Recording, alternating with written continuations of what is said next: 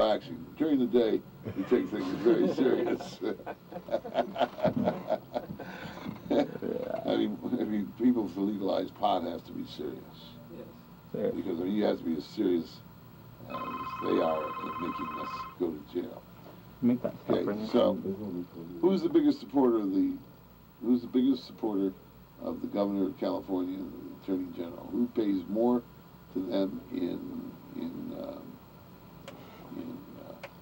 the prison lobby? But I'm prison, the one supposed to be having. Yeah, Jack, stop wearing, Jack. Start again. You're going to interview yourself if we don't let you. All right, I just wanted to go through that. Okay. All right, listen. We're going to have concise, short answers to get to the point. Yeah. No tandems. Okay. All right, Dion. We're pleased to have with us the... Holy shit. I'm gonna be quiet. You need another one. Yeah, should I really use a joint? No, Here, come put up you be the prop man, put up my name, Jack. Jack. But no, I'm trying to think of the author of the Bible, the Hemp Movement, but I didn't know how to phrase it. No, the Bible's about to come out, he says. Okay, so we're pleased to have with us What is he gonna be, man? Okay, we're pleased to have with us as one of our first guests here on CTV, Jack Herrard, the author of the Bible of the Hemp Movement, The Emperor Wears No Clothes. Jack, first, if you could tell us the state of the state here in California, what's happening, how did the initiative go? Well, we never really got going on the initiative statewide. A lot of people didn't come forth. About 6,000 people signed up to petition for more than 300 signatures, and only 120 of those people came through. About 500 or 600 got between 100 and 300, and about 120 got 333 or more. 40 or more got over 1,000. About 20 got over 2,000. And that was the signature count. It came up to about 200,000 gross signatures, and we needed about 600,000 gross. Again, we were not a paid initiative. In California, no unpaid initiative has made the ballot since 1972. Even unpaid initiatives in California generally cost $400,000, $500,000, $700,000 to get on the ballot, even though they're literally unpaid. They take a staff, pay the staff $150, $200 a week. Then the staff, each one of the staff is responsible for getting 10 volunteers out there. And that's for a popular initiative. Right. An initiative that only a businessman would want to pass. He just puts it into the cost of doing business. I'm not saying this bad, but he's puts in the cost of doing business or whatever he's pitching for, more gambling or something. He, let's say he thinks it's going to cost him 50 cents a signature. He's going to have to pay a petitioner 25, 30 cents in overrides, and plus printing and advertising for the group while they're out petitioning. So it costs him $1 a signature times 700,000 gross signatures. Writes a check for $700,000 to the petition organization, and they have mercenary type of petitioners that will just get on whatever is on the ballot. I'm sure that some people have more ethics or see their ethics different, but most of the people are just doing the job. They'll carry 2, 3, 4, 5, 6, 7, 8 petitioners. And last year we had a petition that paid we didn't pay anything, but we experimented with paying a dime to professional petitioners. A dime was the least amount any petition was paying. Most were paying minimum of a quarter, and then 30, 35, 40, 45, 50 cents. And the big money initiatives, such as 3 strikes you're out, were 50 cents on the dollar, and then they were paying petitioners for each person that signed it. And they were getting a lot of volunteer signatures too. And some people paid $2. The tobacco industry paid over $2 a signature by the end to get their signatures in the time to try to defeat the anti-smoking bills that they have in the state, in the restaurants and everything. And the tobacco initiative paying $2 a signature. They started 50 cents, couldn't get the signature, at $1. They went up to $2. They got enough people out there to get those signatures, to get it on the ballot in time to be on the November '94 ballot, and they are. And are you going to... Well, and we did not have that type of clout. We didn't have any clout at all by comparison, but we did build one big organization from it. Right. And are you going to shoot for 96? I am shooting for 96. I'm shooting to start petitioning approximately May 15th, 1995. We're given 5 months in the state of California to collect the signatures. In other states, in Oregon, you get 2 years. In Arizona, you get 2 years to collect the signatures. Other states, like Washington, have 6 months, and other states have it. California, as huge as it is, has the signatures collected in 5 months, which makes it a real money push, because it's not something you can do with backyard talk. And we have never asked you guys for money in the world. We've done this out of our own pockets. So we have never come to you and say, hey, we're having a marijuana initiative, give us $10. All the promotion, all the information we've gotten out of our own pocket. Then that's 21 years I've been doing initiatives with Captain Ed and with other people in the state. And here in Oregon, we've never asked you for money. For the first time this year, we want to be on the 96 ballot. We stayed together. We paid for an organization to stay together here and throughout the state, working towards a 96 initiative to start petitioning May 15th, 95. And it'd be good if you guys, if you can't come out and collect signatures, 300, 500 signatures, pay somebody to collect them for you. If you give the money to our organization, we will put it in an escrow account. And we will pay petitioners probably between a quarter and 33 cents a signature. If you want to buy 100 signatures, it'll cost you $33, and it goes a long way. If all of you out there would just do that and buy 100 signatures, that we could have petitioners that really want to petition but want to pay their bills to go out and collect the signatures for you and have it done. And we want to start May 15th, thereabouts, and we want to be done by the middle of July, when we have, which will be the halfway point, when we have our extravaganza party. We want to be done with the initiative. And then there's certain hardcores of us, about the 500 of us that got over 100 signatures from last year. Most of us have rededicated, built up organizations around us, and we've all committed to getting those 500 signatures in the first couple weeks of the initiative in 95. And it's for the November 96 ballot. Okay. Other news in California, smoke a joint, lose your license. How's that going? Well, as I understand, it's passed and it's got getting signature or something now.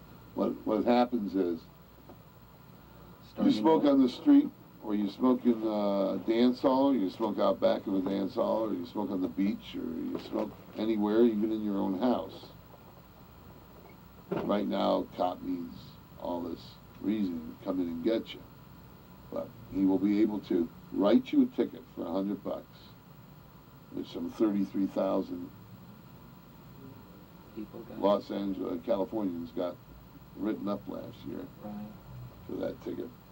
And of those 33,000 that got written up, they would also automatically, even though they were caught at a beach or stopped, written up at the beach or at the park or at home or someplace, they will seize your car. In the state of California, Pete Wilson will seize your vehicle and sell it.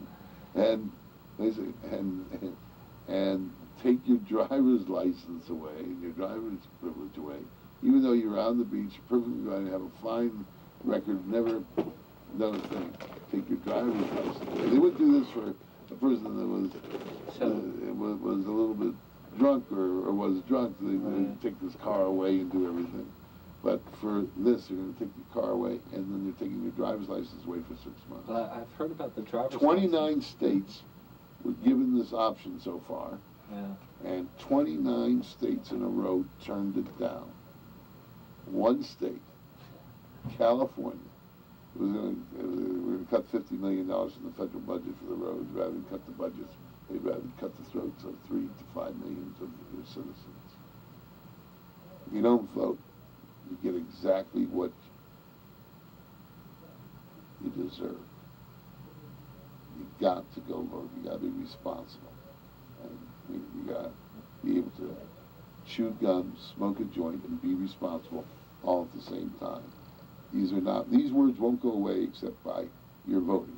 We're not going to go and fire guns at them. We're not going to shoot them.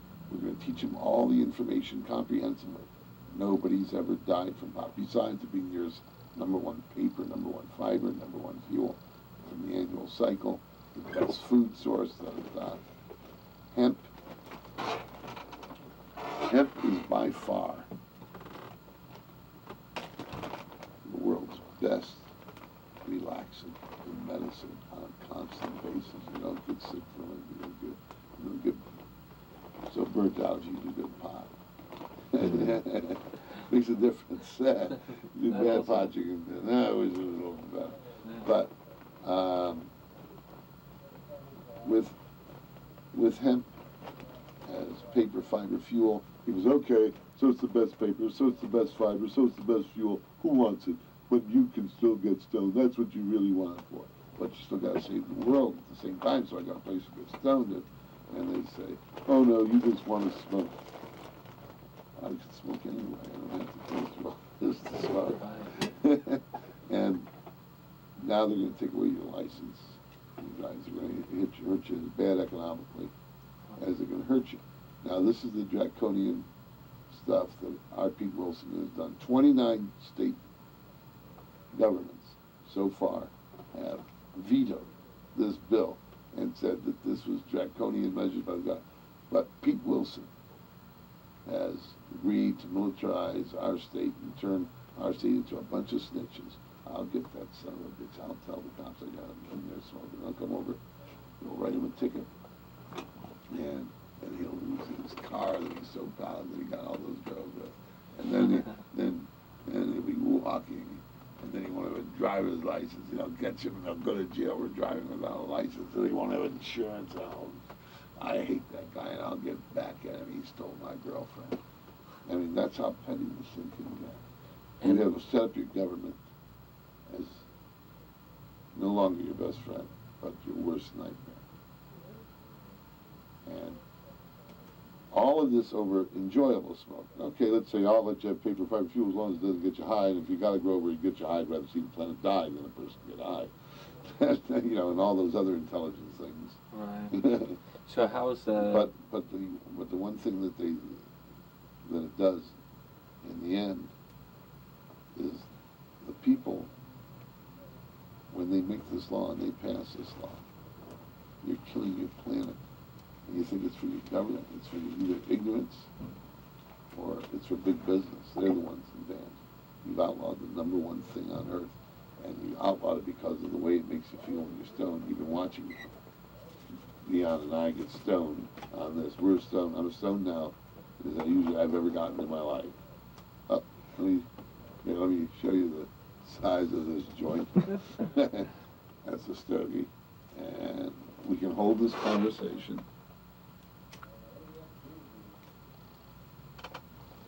And now we'll tell you the rest.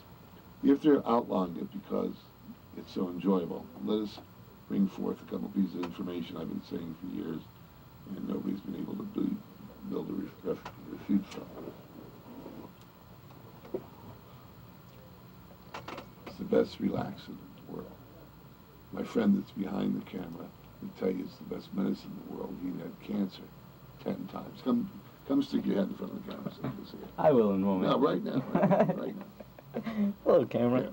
Yeah. Stand up here, over here. He's had cancer 10 times. His mother and his doctor, from the time he's 10 years old, have assisted him in smoking pot. And it's the only thing that he was able to do. He didn't have to do the other drugs because he had pot. He went through all the treatments. Every part of this man's body has been sewn up together. And what saves his life over and over and over again through 10 terms, cancer, until now it's been in remission. How many years now? Since I was 15, 9. 9 years. Yeah, His mother started when he was 10, He did it till 15. He still smoked pot. Mainly You haven't gone nutrition. back to alcohol. Never went to alcohol. When I was 12 years old and I started smoking pot, my blood count rose, my appetite Oh, you're increased, 12. my immune system kicked in. Uh-huh. Well, I first smoked it when I was 9. Maybe you found something to live for. Your When I immune was system 9. kicked in. Yeah, well, I became more active, I became more hungry, I became more nutritionally, full, and that's when cancer, my body actually started fighting its own war against cancer. When I've gone on, after meeting you, to find out that 40% of the people that get cancer die of malnutrition. So now if I go to you and I have cancer, and you give me a drug that inhibits my appetite, I don't eat any food, and then I die of malnutrition. My grandfather died from malnutrition. Yes, I remember that. He turned into a rail. I don't know whether it was malnutrition or whether it was a disease wasting away. I don't know. Well, they don't call it practicing medicine for no reason at all. 40% of the people, almost half of the people that are walking in with the disease are not dying of the disease after they've been dying of their own chemicals. Yeah, well, we know that. We know that 1 out of 3 Americans get cancer basically from the chemicals. Found in their diets and their parents' diets. Don't you think that it would have been much more patriotic and noble for the people out there if you would have agreed to die and not find a medicine such as an evil thing like marijuana? Well, find the medicine. Well, found the medicine. I mean, you realize, you other people could have had your life, but you stole your life back with a medicine. You used an illegal government medicine, unapproved medicine to keep your life. Well, I smoked a plant, I did. Yeah. I smoked a plant. Yeah. I didn't think twice about it, too. And now, a lot of people that are running around with this medical marijuana debate, and they are trying to, pull this poor me drama. They're trying to say, well, I'm sick now, I should smoke pot now. Yeah, well, great. Death will be your liberation. Don't worry about some moral statistics. If you understand it works, if you're usually in it works, smoke a joint. I've been arrested for smoking a joint, and the very first thing I did when I left the police station is go get more pot. It was my #1 priority, actually, 2 types of pot, because, variety is the spice of life. And anyone that is going to sit there and say, well, just let me legalize flower, is ridiculous, because your worst enemies will become your first allies, because the very people that are poisoning you, and then with their poisons creating the pharmaceutical drugs after your poison to fix you with, that sometimes don't work, obviously, because you die because it inhibits your appetite, which, what do you need to live? You need air, you need food, you need water. Basically, it doesn't say anything about pharmaceutical drugs created in the 20th century. That's not part of my survival list. But yet they incorporated it into our lives, like, we need it. Well, you're not allowed to use a drug with more than 1 active molecule. More than 1 active ingredient. No. The FDA is only set up to test only 1 molecule, single molecule drugs at a time. Right. It doesn't say that's the only thing in existence. If you look at the PDR, they have 1 active molecule. Right. And then they show 2, usually 1 or 2 carriers into the blood or fat system, water system, brain, to somehow get into the body. But the active ingredient, they say, is this. If you want to take this and this, you've got to combine this with this. Maybe the protein. Well, a lot of the pharmaceuticals now have been created, the derivatives from synthesizing the very things we found naturally. Always trying to make it better, make it simpler. Making something is obviously not doing it simpler than growing it. And when the same companies that pose for to make marijuana, well, hemp illegal, cannabis illegal as a medicine, are now the same companies that synthesized it and call it Marinol, and then find that it's not as effective. That Marinol doesn't work for 95%. I've met 1 person who told me it worked. I'm sure there must be more, but I've only met 1 person that told me it works for her, and everybody else didn't like it. Who said it worked? You got the lighter again. Okay, here's the lighter. Okay, so here's that part I'm going to use. Well, you got to realize this too. There's even more of a disgusting thing though. Is wait a minute. Ask yourself the question: why did I get cancer? And you say, well, the ethology at this time is unknown. You say, well, wait a minute. Who was the first one that got it? What year was it? Oh, early 40s. Well, DDT was released in 41, and that pesticide is available till 70 until they find out it's killing everybody. It's still available in most foreign countries. And now, now our #1 disease to kill people, before cancer is cardiovascular problems. Well, wait a minute. Who taught my parents to eat the 4 basic food groups? Oh, well, the National Dairy Association. Well, aren't they like a good group out to for my better interest? No, actually, they're a private advertising company owned by the meat and poultry industry that has been put into our schools since kindergarten to teach us to eat incorrectly. I'm telling you. True. And now, why do we grow the drugs with pesticides? Why do we grow the foods with the pesticides? If you look up in history, it says we used to plant our fruits around the hemp fields. Why? Well, hemp's a natural pesticide, and then because it goes as deep as the crop plant can go tall, it's a more nutritionally rich area of soil. So all your fruits would grow strong, healthy, and pesticide-free naturally amongst the flowers that grew like weeds. Right, but now that the flowers that grew like weeds aren't being farmed anymore, well, now we got to spray it with this, we got to spray it with that. You know, I didn't stop eating meats because I didn't like the taste of chicken. Because I found out that back in 1941, they had tests to see, it took 49 pounds of chicken feed to make 1 pound of chicken. And that was simply too much. You know, the old slang term was two hens for every pot, was American prospering, you know? And now that's because the birds were lean, small, and took 2 of them to feed your family. Simply not good for market. So we have contests, you know, Dow Laboratories, and what happens is now in 1994, we've got that ratio from 49 pounds of feed per 1 pound of chicken to 1.9 pounds of feed to 1 pound of chicken. Birds no longer grow, they swell. They spend 80% of their lives on broken legs because their legs have never developed with the rapid bulkiness since the hormones, the steroids, and everything created therein. Then you got to think about this. Birds that swell up this fast are prone to disease. It's fascinating. It just makes me remember all the reasons you've been staying and fighting for change. Yeah. Why? Well, because they're inherent to so many different diseases and bacteria and everything, not mass pharmaceutical drugs. The meat and poultry industry uses 60% more drugs than all of the doctors in all of America.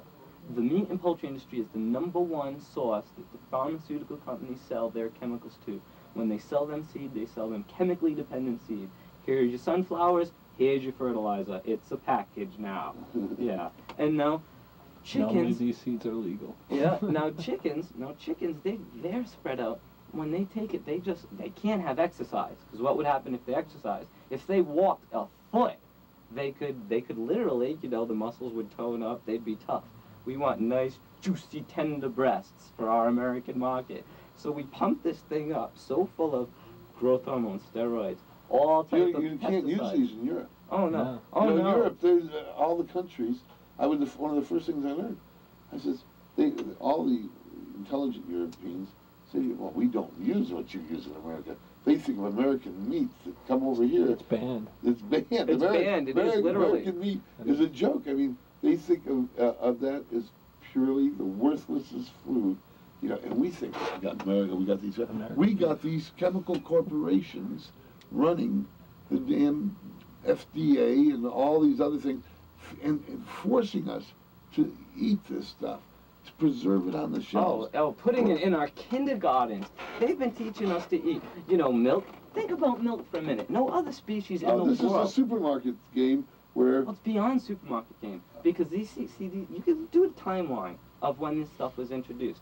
The same Anslinger, the same Hoovers, the same guys that were in office then were the same guys getting lobbied by many different angles. And if you look at it just from the hemp angle, you can only see a limited view of all of our society. You know, this hemp thing played such a significant part in every way our lives are formed now. You know, all the pharmaceutical textbooks previous to the 20s, hemp was about the only remedy for most chronic pain and anxieties. Cannabis sativa, or indica if you could get your hands on it, but it was rarer. All right, so now, if that was our only medicine, and now it's the one that the pharmaceutical companies have said will take away 33% of their business instantly when it's legalized, well, why would that happen? Well, because before we started censoring all the pharmaceutical books, it was the best thing that you could prescribe. And that's the point I was going to bring up early on when I was talking to Dion. I'd like to finish up with you. We talked, very briefly, we talked about paper, fiber, fuel. It's the #1 paper. It grows the healthiest, the biggest, the best. It's longest lasting, most reusable. It the least amount of pesticides. The same with fiber. My shirt, of course, is hemp. My pants are hemp. Everything up here is hemp. My shirt's hemp. Everything on the walls over here are hemp. I hope the camera swings around. And we live in a hemp world. All this paper on my desk could as easily be made from hemp as made from anything else. But the thing we've done with the, but wait a second, what about kids? they'll get to use it. Children, you'll ruin the lives of children, you'll ruin all this. Well, my experience says that if handled with any intelligence,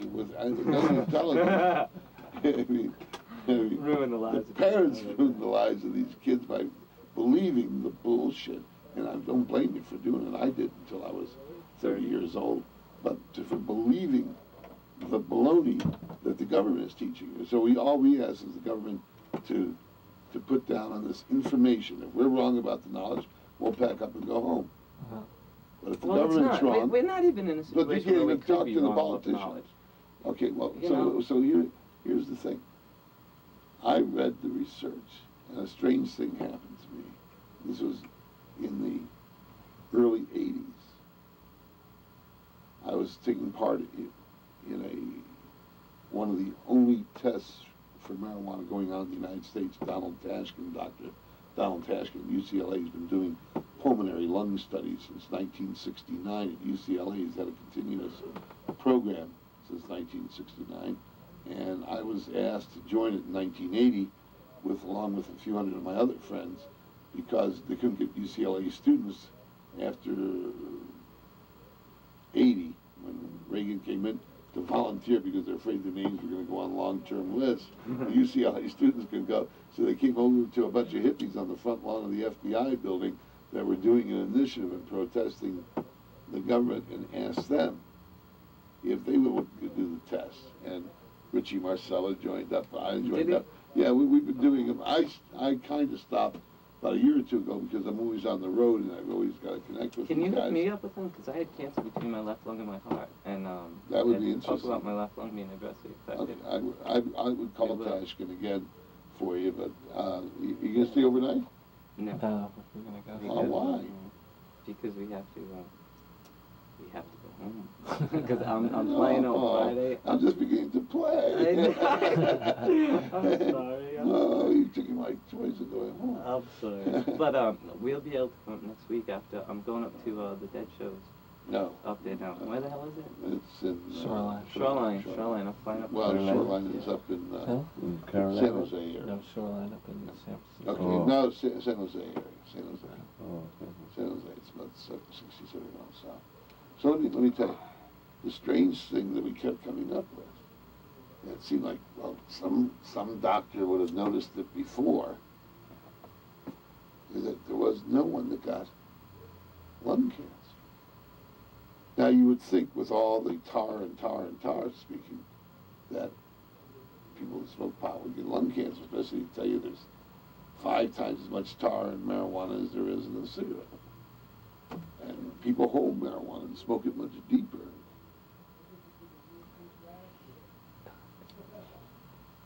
What'd you like? Ah. That was real slow. I hope the camera forgets that. So, listen, man. So, the truth of it, besides being medicine, hold it, guys. The truth of it, besides being medicine, Heavy editing. is that hemp, you lived as long. It was longer. I started looking at the statistics of the people they had studied. Yeah. I mean, they weren't long-term statistics. They weren't enough to get a final, Where did saying. the U.S. Department of Health that 8 to 24 years longer if you replace tobacco and alcohol, you would live? Well, you live 7 to 24 years longer. Right. What study was that out of? Well, I didn't see it in the reference. Well, the average is 15 years for tobacco. And then tobacco and alcohol, you've got a synergistic effect. If you do too much alcohol, then you add to the tobacco. Mm-hmm. And, I mean, I can go into all the tobacco reasons and the radiation in the fields of all the tobacco because they're using radioactive elements from limestone mines because it enhances the taste of what Americans like to call tobacco. Right. And that's 99% of our since 1901, 99% of our tobacco fields have become the most radioactive parts of America. And that's because they use it for the... They use high... if you don't believe me... No, I know the radioactivity. Well, you know the compared to your health. radioactivity. You know what I was reading too? You know, yeah, right there. Actually. Wait a minute. So, Dion. and I'm going to try. Hey, Dion, do I go back? I just felt the vibe. But the, here. No, paper. Hey, The one thing is that people lived as long or longer that smoked pot than people that didn't do any drugs at all. I said, wow, that's I mean, let me hear me say that again. You lived as long or longer in Jamaica, the people who just smoked pot, than people that smoked tobacco or tobacco and pot. That was their initial finding. They took the survey up to a point where they could make a critical guess at it, but they never had that long-term study. But they had all the data, and the data and the, what do they call it, the word-of-mouth data that comes back is that people actually live longer if they don't include anything else. They just smoke pot. They relax, they cool out, they live a little bit longer than people that don't do any drugs at all. See, my mommy and daddy taught me that it would be suicide not to do things to extend my life. Well, you know what, though? People have been using herbal remedies every day as part of their life since the beginning of recorded time. No, but we outlawed the #1 herb on earth. Let me tell you something. Let me tell you something. We did. I was at they made the people buy it and build their prisons to put the show on. You know, I was... Just keep the people ignorant. Don't teach them in school. Listen, I was... Let everybody grow up believing the government. I was at the whole... Believe Harry Anslinger. Know nothing. Right, I was at the whole health expo. Was an outlaw pot in 1937. Harry Anslinger calling marijuana the most violent drug. That half of the violent crimes in America were caused by blacks, Mexicans, and Greeks under the influence of marijuana. Half of the murders, half of the violence. And he didn't get into alcohol. This is 1937. And these guys listened to this stuff. And when it was outlawed, it was the most violent causing drug in the history of mankind. He proved it with his story of the assassins. Wait a second. Then in 1948, Harry Anslinger appears before the same board of Congress. And marijuana must be, they challenge his violence thing, that they had other studies from New York and so forth, that the violence just doesn't happen. And he said, we now know this. Harry Anslinger, who caused it to be outlawed as the most violent cause, I think it only happened to blacks and Mexicans, were basically the only ones smoking. A few entertainers like Bob Hope and so forth smoked it, but nobody else. And you know, jazz players, jazz musicians, and entertainers who hung out in that circuit smoked it. And and then there was the blacks and some of the Mexicans.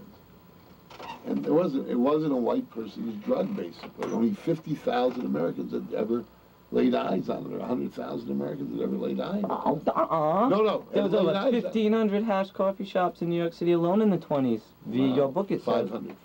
It says 15. 500. I think it says 15. 500. But you're right. Right. But that was just coming probably with the 20s. Right, and what were the 20s referred to as? The Roaring 20s, right? Yeah. And what was illegal during the 20s? Alcohol. So, and what was their replacement drug? Cannabis. These are little things that you got to remember when you think about all history. play a part. Then what? The Great Depression of what? The 30s. What drug was illegal? Alcohol. What drug became illegal? Cannabis. And we refer to the 30s as what? The Great Depression time. And then in 40 we were so pissed off we went into war and started growing pot again. You're going to have a fun Think about this, isn't it? I would love to take you on the road. Yeah. I look forward to taking you on the road. And in fact, I'm going to put it together with you and I on the road and build it that way. I'm going to build it Miracle Man, Cancer, 10 times, lived through it, and hemp, totally into it. I hate to sound like a sob sister. I know. Well, I can give karate lessons after the speeches. Yeah. But now is a black belt karate kid. You can do all the you know. Let me kick the ceiling. Karate kid. So, wipe on. Yeah. And all brought back to life by this outlawed drug. Then that's the other thing. A lot of self-confidence. Instead of pot killing you, Oh, it's the gateway to realization. Well, you know, just like, well, wait a minute, think about it. You know all the receptors in your brain? Yeah. What was the big thing? There was an abundance of them in all the parts of your brain. They couldn't believe how many receptors there were throughout your brain for the cannabinoids containing cannabis. So what would it do when you smoke pot? It would connect the synapses that are in your brain. Yeah. And what would that do? Well, that increases knowledge. You know, at the biggest time the synapses are created is at childbirth, and that's your most learning experience in your life, because that's when you get this whole surge of the different the vitamins and the minerals and the hormones that go in at the same time. You get like a surge of like knowledge from this experience. Some people never get over it, actually. I hope this is picking up all this. It is. I'll tell you later. See, this is what I'm going to put in my book, Born Poisoned. It's just going to be reference. Born Poisoned? Born Poisoned, yeah. I love. Can I print it? I want to become a big publisher. Born Poisoned. Boy, I want to become a big publisher. Well, here's your vehicle, okay? Yeah. Sure. You know. Well, I mean, I would love to go out. I'm going to start selling books in a big fucking way. Yeah. So you can have it. It's yours. CD-ROM? Hey, brother. What's CD-ROM? Sorry. That's CD-ROM. Only 6% of American households that have computers. 6% of people that have computers. Hi, Jeff. Have CD-ROM. Yeah. It's coming, but it's not there yet. So people came and volunteered to put the book on CD-ROM and make it one of the first totally interactive books of this type in the world. And these guys want to do the most professional job in history, and they volunteered to do it all for free. And then I'll pay them a royalty when they're done. You should go back over there and try to answer a few more. Well, there's one thing I would like to finish up saying. Oh. That. Come on, you. Yeah. That as for the relaxation, the part that sticks in some people's craws about they just want to do it to get stoned. Stone is a way that people that get high usually refer to. Well, stoned was pot, but they do it with a smile on their lips, because it's not stoned like you think of a person. If you said a person was drunk or stone drunk, you would be one sick person that you wouldn't allow to do anything except sit down and not hurt himself or anybody else. You're stoned on pot. I'm stoned on pot right now, as you can get. I don't know how to get more stoned unless I. You have to eat it. You have to eat it. You have to eat it. If you eat it, then you can get more stoned. But we are attempting to get more stoned every moment of life. Yes. Searching for the eternal bars. And when you cough on pot, you don't have that sour cough on tobacco. Oh, yeah, me and Dion. You feel better. We explain that to a kid. You actually feel better. You're coughing and you're laughing inside your heart. And since you live longer than people that do no drugs at all, not by a lot, by a year and a half or so, a year and a quarter, and you live 8 to 24 years longer than people that use alcohol, you got to be out of your mind not to smoke pot. I mean, could you imagine going up to your mom and dad? I just found out I'm going to live longer if I smoke pot. I'm going to give it up for you. Oh, there you go. There. I mean, what mother and father would come to me? Oh, son, I'd rather you die a year and a half sooner. Don't use alcohol and tobacco. That'll take you down 15, 20 years sooner, son. But don't use that marijuana. That marijuana will cause you to live longer on Earth. It'll cause the Social Security rates. We won't be able to pay the Social Security. We've got to kill people off sooner. And if people live 8 to 24 years longer, our Social Security will go bankrupt. There won't be enough money.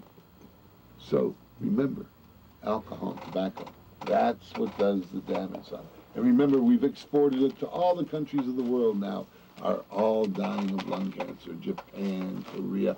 Everybody loves American tobacco all over the world. Yeah. Well, it's a nice story, but it happens to be true. And you live longer if you smoke pot. And if you want to argue with me, you want to send me to jail for that, and for knowing that, because you got some fakakta law in the books, while you didn't even know, judge or jury or cop, that hemp was paper fiber fuel until just recently, maybe 6 months ago, maybe 6 seconds ago. All right, listen, okay. You got to stop reading us the book. I've read the fucking book. I know the fucking book. I've read the congressional excerpts. I was so bored with reading the rest of the fucking book, okay? I got to the Go ahead, ask a question. The fucking part about the end. The end is the letter with the marijuana from the American Medical Association. All right, dated 2 days prior to the meeting, the 15th. The meeting was the 17th, I believe. Okay, that's how you say in the book. It's 2 days prior. It's at the end of your book. Now, it says no good whatsoever could come of this law. Okay, do you have... Which words? Oh, you want me to show you? Yeah. Remind me exactly what you're talking about. Sorry. Look, I'll show you.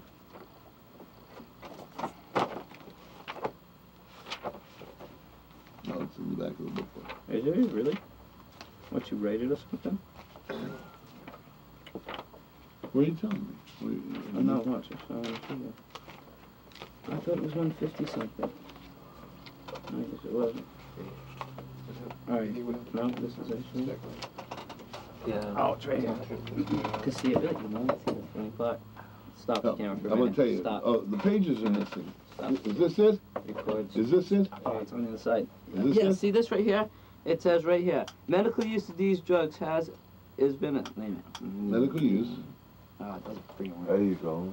All right, it says, this is what it says, man. It says, sir, I have been instructed by the Board of Trustees of the American Medical Association to protest on behalf of the association against the endorsement in the prevent form of much of the H.R. 6906, which is the tax act that made this all happen, is related to the medical use of cannabis and its preparations and derivatives.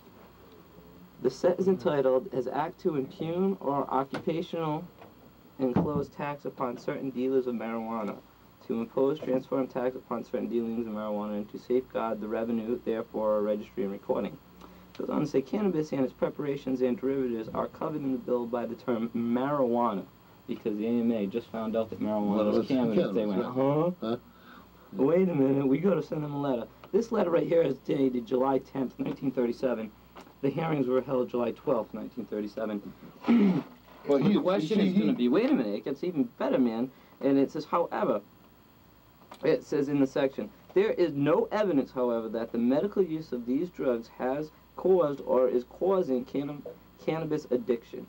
As remedial agents, they are worth to, and I can't read that, an honorable extent. And the obvious purpose and effect of these to impugn as many restrictions on the medical use and to prevention used medically. Since the medical, and then there's a line going through it, seeing addiction, it says the drug, see how you fucking underlined it? It says the drug for, it says for criminal purpose can accomplish no good whatsoever. Yeah, that's what it says about the law. No good whatsoever. Yeah, so no good whatsoever. Quote the AMA. And then what happened for 3 years after the AMA? The 3,000 doctors got arrested in 3 years. And now in 54 years, 3. No, I don't know 54, but... In 50, well, it's been 54 plus 3 is 57. Well, I don't know. I'm sure some more doctors have been prosecuted than that. They got prosecuted on other drugs. But in 10 years... See, what we're talking about, though, is a natural drug. It was in the 10 years... 3 doctors have been arrested for prescribing Mother Nature. No, just in the 10 years from 1930, after 3,000 going down from 37 to 39... Or in the 1930s decade. It's still recording. Go. Nope, it's okay. Yeah. That they had. But do you have that blown up? I want this blown up. Listen, instead of do you have this 3 doctors, you can blow it up again. No, you drew lines through it. Do you have the actual copy document that you used for the book? Somewhere. I got cases of documents we looked at. It's almost down. We've got most of.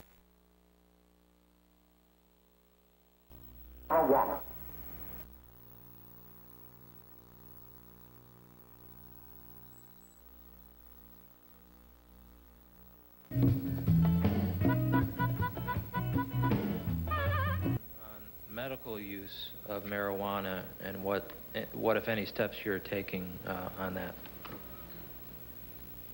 Well, I, as the Surgeon General, am not really taking any steps on the medical use of marijuana.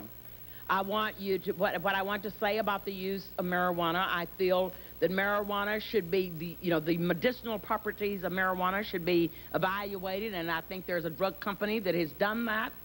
Then it should be passed or approved by the FDA like any other drug, and then it would be available for order by their physician, just like any other drug.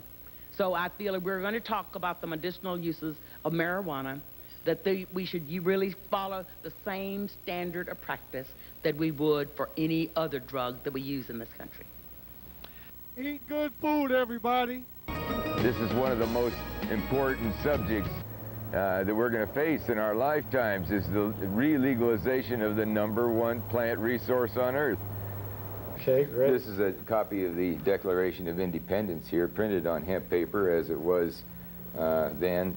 Only the originals, the ones that stayed in the... Now, the original is on parchment. I mean, the original all two the drafts. copies that were actually signed were on hemp paper. Right. They made them on parchment for preserving them. For Now, history. the stiffness of this paper, that's what I think this is parchment, but that's real heavy hemp paper. This is real heavy hemp paper from Northern California. This was made out of the illegal marijuana crop here. Richard, a few years ago I told somebody that the Constitution was printed on hemp paper. They made a silly joke, something to the effect, well, don't tell the hippies, they'll try to roll it up and smoke it. Yeah, but tell us the truth about that. What is compared to the hemp products and the flower itself? None of this stuff will get you high. This is just a stalk of the hemp plant. Marijuana is the flowers, and we can... Okay, this is a real important aspect of what I'm talking about here. This is wood from the hemp plant. This is after the fiber has been removed from the outside of the plant. Well, it's like firewood. I can go home These and burn. these sticks are 77% cellulose, and anything that can be made from fossil fuels, oil, coal, and natural gas, can be made from this wood. It's a carbon source. This is the fiber things. Now, these building materials are one thing people don't think of, but pressed board you can make out of hemp. Well, you can build houses out of it, and you can... It's very light.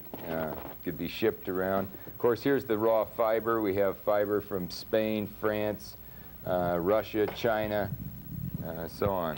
And again, some yarn that's very, very soft. That's what they opened Hemp for Victory with, like the yarn hanging down, don't they? Then they pull it aside. Okay, and then we have tennis shoes and all these clothes made out of hemp. Tennis shoes. Yeah, hemp tennis shoes. So okay, here's another thing, of course, is the plastics. All the plastics could be made out of hemp. It's a carbon source, just like fossil fuels. Right. This is a schematic of some of the things that hemp was grown during the war. It was made into many things. It can be made into the seeds. The seed and the stalk are used. The seed is a source of protein and oil. The stalk are a source of fiber and herds. And those things are in industries, and the industries are many. Food industries, health industry, paint and varnish industry, biofuels and building materials. We're going to all see some of this, but let me just go Now, through that this. schematic deals with all aspects of it, or more just the oil aspect? Textiles, paper pulp industry, and chemical feedstocks. Today, most of these products are not being produced by renewable resources. Absolutely is that the problem? Not. Most of these things now come from cotton, which is has a lot of problems environmentally. Paper pulp industry, which is trees, the chemical and biofuels from fossil fuels. So you can see some of the industries. According to the health industry, this hemp rope comes from Denmark, one of the only places that makes good hemp, saline quality hemp Now, rope still. with this rope, you don't have the trouble with it being all barred and real rough like some of the other materials? You can grab hold of it and run your hand down here. It's soft. That's what of course, hemp is the strongest and the softest fiber. Now the famous... So we have a lot of the history here. This is an 1830 Bible that's made out of recycled ropes and sails. This is what they made paper out of. 1830 this was made? People turned their clothes in, turned the sails and ropes in, and they pulped them up and made fiber paper out of them. The same kind of paper the Constitution was written Now, on. this book was printed in 1830? Yes. But look, the paper is just... Yes, and it was in San Francisco, even so it's water spotted a little bit, but how come it's not yellow? There's hardly a torn page in there. Yeah. The car was a 1940 Ford, I believe, and came out in 1941. This particular car was made out of hemp plastic. Henry Ford had a cracking plant at his house in Stone Mountain, Michigan. Can you get a close-up on this car here? Right there. The body was molded. Molded plastics. There were other fibers besides hemp, but the plastic was made of hemp fibers and was 10 times stronger than steel on impact. 1,000 pounds lighter than any other car of its day, so they could have saved billions of gallons of fuel. Was it designed to run off methanol also? Yeah, it was designed to run on methanol, and Henry Ford had a crash